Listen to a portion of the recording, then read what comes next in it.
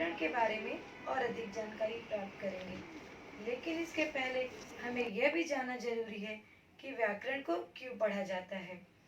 तो आइए पहले हम यह जानें। बच्चों, व्याकरण एक ऐसा शास्त्र है जिसके द्वारा किसी भी भाषा को शुद्ध करने के नियम बताते हैं। व्याकरण एक ऐसी विद्या है जिसके द्वारा हम सही बोल, पढ़ और लिख सकते हैं। बचपन से ही हमें कई भाषाओं को सिखाया जाता है और उसके द्वारा ही हमें भाषा के व्याकरण को भी सीखना पड़ता है। तब जाकर ही हम सही शब्द और सही वाक्य बनाने में सफल हो पाते हैं। सरल शब्दों में कहें तो व्याकरण एक ऐसा मार्ग है जो किसी भी भाषा को हमें शुद्ध तरीके से सीखने में मददगार होता है। तो आइए हम व्याकरण के स्वरूप में से एक स्वरूप को पढ़ते हैं, संज्ञा के प्रकार। बच्चों, संज्ञा अर्थात किसी भी व्यक्ति, वस्तु, स्थान, भाव, किसी भी नाम को संज्ञा कहते हैं। तो संज्ञा के आज हम 5 प्रकार को पढ़ेंगे। पहला जातिवाचक, दूसरा व्यक्तिवाचक, तीसरा समूहवाचक, चौथा द्रव्यवाचक, पांचवा भाववाचक। पहला हम देखेंगे जातिवाचक। जब कोई शब्द किसी व्यक्ति, वस्तु, स्थान की जाति का बोध कराता है तो उसे जातिवाचक संज्ञा कहते हैं। जैसे पुस्तक, टेबल, वृक्ष। यहाँ पे किसी भी पुस्तक का नाम नहीं लिया गया है, अर्थात ये संपूर्ण पुस्तक की जाति का बोध कराता है।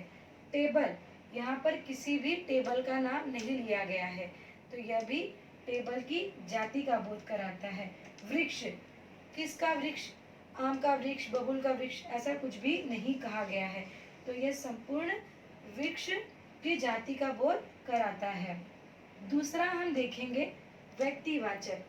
जब कोई शब्द किसी व्यक्ति, वस्तु, स्थान के नाम का बोध कराते हैं तो उसे व्यक्तिवाचक संज्ञा कहते हैं। जैसे राम, गंगा नदी, आम का पेड़। तो यहाँ पे नाम दिया गया है। राम बहुत अच्छा लड़का है। लड़के का नाम क्या है? राम, अर्थात नाम का बोध कराया गया है। गंगा नदी पवित्र है। नदी का नाम यहाँ पर बोध होता है, गंगा, अर्थात यहाँ पे नाम का बोध होता है, व्यक्तिवाचक संज्ञा कहलाएगा। तीसरा हम देखेंगे पेड़। किसका पेड़? आम का पेड़, अर्थात यहाँ पर भी नाम का बोध होता है, जो व्यक्तिवाचक संज्ञा कहलाएगा। तीसरा हम देखेंगे समूहवाचक संज्ञा। जब कोई शब्द किसी व्यक्ति या किसी वस्तु के समूह का बोध कराता है तो उसे समूहवाचक संज्ञा कहते हैं। जैसे भीड़, मेला, गुच्छा, दल, सेना इत्यादि इसमें आते हैं। भीड़, आज मार्केट में बहुत भीड़ थी, तो भीड़ यह समूहवाचक संज्ञा कहलाएगा। मेला बहुत ही सुंदर लगा है, तो मेला भी यहाँ पे समूहवाचक कहलाएगा। फूलों का गुच्छा बहुत ही प्यारा है, तो गुच्छा एक फूल नहीं बल्कि वो कई फूल मिलकर गुच्छे बने हैं, तो वह भी समूहवाचक अर्थात ग्रुप, समूहवाचक संज्ञा कहलाएगा। इसी प्रकार दल, अर्थात एक सेना का दल। जैसे अगर हम बोलेंगे हवाई दल, हवाई सेना, तो वो हवाई सेना का एक दल कहलाता है, जो समूहवाचक संज्ञा में आएगा। चौथा हम देखेंगे द्रव्यवाचक संज्ञा। जब कोई शब्द किसी ठोस, तरल, धातु, अधातु, द्रव्य इन नाम का समावेश होता है या इन शब्दों का समावेश होता है तो उसे द्रव्यवाचक संज्ञा कहते हैं। जैसे उदाहरण पानी, सोना, चावल। इनको हम गिन नहीं सकते हैं, इनको हमें तोलना या फिर मापना पड़ता है। पांचवा हम देखेंगे भाववाचक संज्ञा। जो कोई शब्द किसी पदार्थ या वस्तु के भाव, दशा, गुण, स्वभाव को दर्शाता है उसे भाववाचक संज्ञा कहते हैं। उदाहरण बचपना, जवानी, भूख, प्यास, अपनापन, परायापन इत्यादि। यह सब भाववाचक संज्ञा कहलाएंगे। आशा करती हूँ कि आपको संज्ञा के प्रकार कुछ हद तक समझने में मददगार होंगे। धन्यवाद। हम देखेंगे पत्र लेखन। पत्र दो कारणों से लिखा जाता है। जब हम अपने मित्रों, परिचितों और रिश्तेदारों को पत्र लिखकर उनका हालचाल पूछते हैं या फिर उनको अपने यहाँ बुलाते हैं तो उसे अनौपचारिक पत्र लेखन कहते हैं। दूसरा, जब हम स्कूल के प्रधानाचार्य, सरकारी अधिकारी एवं पुस्तक विक्रेताओं, संपादकों को पत्र लिखा जाता है तो उसे औपचारिक पत्र लेखन कहते हैं।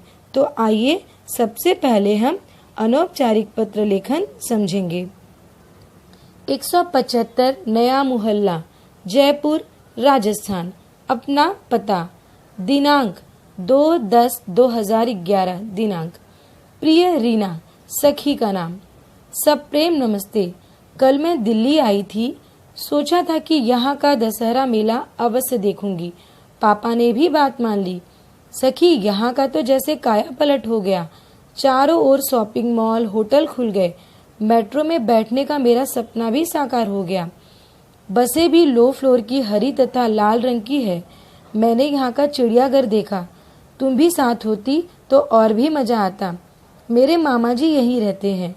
फिर वापस आने पर और भी विस्तार से बातें बताऊंगी। अंत में पाने वाले से अपना संबंध बताकर केवल नाम ही लिखा जाता है। अब हम देखेंगे अनौपचारिक पत्र संबंधी तालिका। सर्वप्रथम संबंध, दूसरा अभिवादन, तीसरा समापन संकेत। दूसरा पत्र हम देखेंगे औपचारिक पत्र लेखन। औपचारिक पत्र में हम सबसे पहले देखेंगे अवकाश हेतु पत्र। सेवा में श्रीमान प्रधानाचार्य महोदय, DAV पब्लिक स्कूल। विषय 3 दिनों की छुट्टी के लिए आवेदन पत्र। महोदय, सविनय निवेदन है कि मैं आपके विद्यालय का 10वीं कक्षा का विद्यार्थी हूँ। मैं पिछले 3 दिनों से ज्वर से पीड़ित था, इसलिए मैं 20/1/2018 से 22/1/2018 तक विद्यालय में उपस्थित नहीं हो सका। अतः मैं आपसे अनुरोध करता हूँ कि आप मेरे इस आवेदन पत्र को स्वीकार कर ले। इसके लिए मैं सदा आपका आभारी रहूँगा। आपका आज्ञाकारी छात्र। अंत में विद्यार्थी का नाम, दूसरा कक्षा और तीसरा अनुक्रमांक लिखेंगे। बच्चों, इस पत्र में दिनांक का ध्यान आप हमेशा रखना। दिनांक ऊपर ही लिखा जाता है। ऊपर लिखा पत्र आपने देखा ना, इसमें प्रमुख बातें हैं। पहला, यहाँ पता पाने वाले का लिखा जाता है। जो पता होता है वहाँ पर पाने वाले का ही लिखा जाता है। दूसरा, इसमें विषय अवश्य लिखा जाता है। तीसरा, इसमें संबोधन सम्मान सूचक लिखा जाता है।